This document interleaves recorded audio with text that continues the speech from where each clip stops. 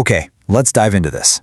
In today's explainer, we're exploring some truly timeless source material that reminds us of the profound impact of simple virtues.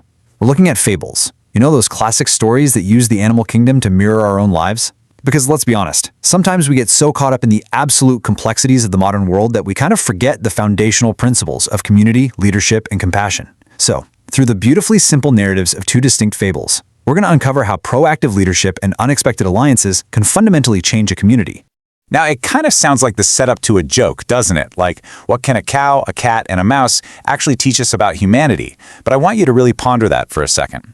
Because our sources today reveal that the absolute greatest strengths and the most vital virtues are often found in the most unlikely and surprising places. Fables just have this unique way of stripping away our human biases, you know? They allow us to see the core truths about ourselves through the actions of animals. So let's start by looking at our first unexpected hero and see exactly what she has to teach us. Section 1. Gori's Courage and Community. The proactive leadership of a kind-hearted cow. Right, so our first source focuses on Gori. She's this lovely white cow living in a beautiful green village, and she's already beloved by all the animals because she's always helping others and literally never causes trouble. But her true character is about to be put to the test by some rapidly escalating environmental stakes. It all kicks off on day 1. A severe heat wave strikes the village, and the ponds just start drying up incredibly fast, making it super difficult for the animals to find water. Everyone is understandably worried, and Gori realizes that if water isn't found soon, a lot of animals are going to become sick. Then, the very next morning, after a long journey toward the forest, they discover a hidden spring behind some bushes.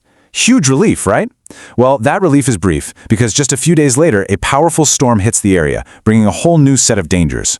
But let's rewind for a second. What happens right after that spring is discovered is pretty much the definition of proactive leadership. Instead of drinking the water all by herself, Gori returned to share the hidden spring with everyone. I mean, think about it. Gori was exhausted from a long journey. She could have easily just quenched her own thirst and hoarded this absolutely vital resource during a severe drought. But instead, in an act of pure selflessness, she immediately heads back to the village to tell the other animals. They followed her, and thankfully, there was enough water for everyone to be overjoyed and safe. But you see, Gori's leadership didn't just stop at resource sharing. Remember that powerful storm we just mentioned? Yeah, when those strong winds hit, a frightened little calf became trapped near the edge of a really dangerous cliff. The source notes that all the animals were terrified. But Gori? She immediately stepped forward. The text actually highlights her bravery perfectly, noting, with great courage, she carried the calf on her back and brought it safely to a secure place. It's this heart-pounding moment where she literally put her own life on the line to rescue a vulnerable member of her community. And man, the community responded beautifully. That very day, the animals realized Gori wasn't just a cow. She was recognized as a true friend and a brave leader. Furthermore, her actions translated into real community organizing and deep gratitude. The villagers actually got together and built her this beautiful shaded shelter to honor her kindness. But most importantly, Gori was happy, simply because helping others brought her peace and joy. The source text leaves us with this really beautiful moral here. Those who help others live forever in people's hearts. Section 2. The Cat and the Mouse. A story of reactive reciprocity. Now, while Gori's story was all about proactive community leadership, this next one is a slightly more playful tale, but it's got equally profound implications about a highly unexpected friendship.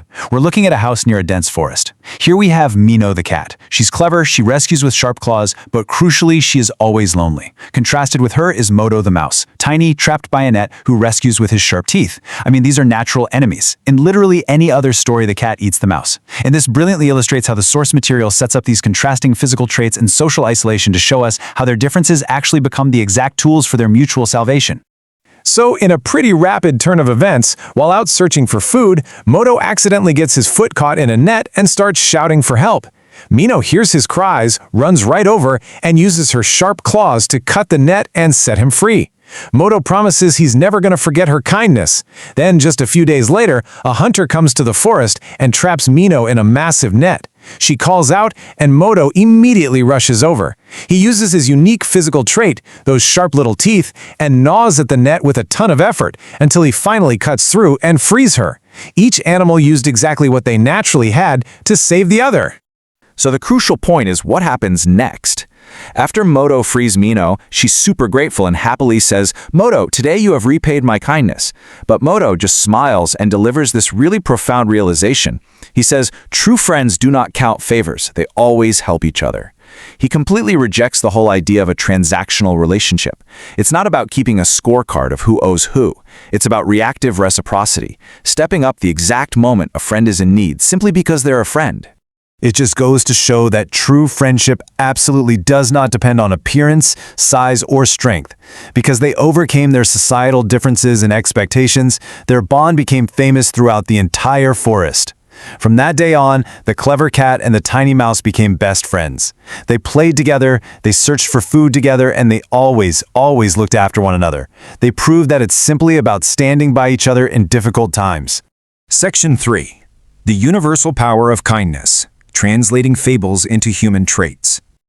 All right, so let's bring this all together. It's time to bridge the gap between these fables and our real, actual human lives. How do we translate the actions of a cow, a cat, and a mouse into traits we can practice every single day? Well, these fables directly mirror the absolute best human traits we can practice in our own communities. First up, proactive kindness. Like Gori finding the spring, when we discover resources, knowledge, or opportunities, do we hoard them or do we share them with our community? Second is courage. Are we willing to risk our own comfort or even our safety to protect the vulnerable, just exactly like Gori did for the calf on the cliff? And third, reactive reciprocity. When the proverbial hunter's net falls on someone we know, do we stand by them in hard times? Do we use our unique skills, whether that's sharp claws or sharp teeth, to help cut them free? I want to leave you with a powerful question. Will you be the one who shares the water or the one who cuts the net? I really encourage you to reflect on your own life right now. Who is your motto? Who is your go-tree? And more importantly, how can you embody these virtues in your own community today? The source material reminds us that kindness and courage are the greatest strengths of both humans and animals. Thank you so much for joining me for this explainer, and I really hope these stories inspire you to be the unexpected hero in someone else's life.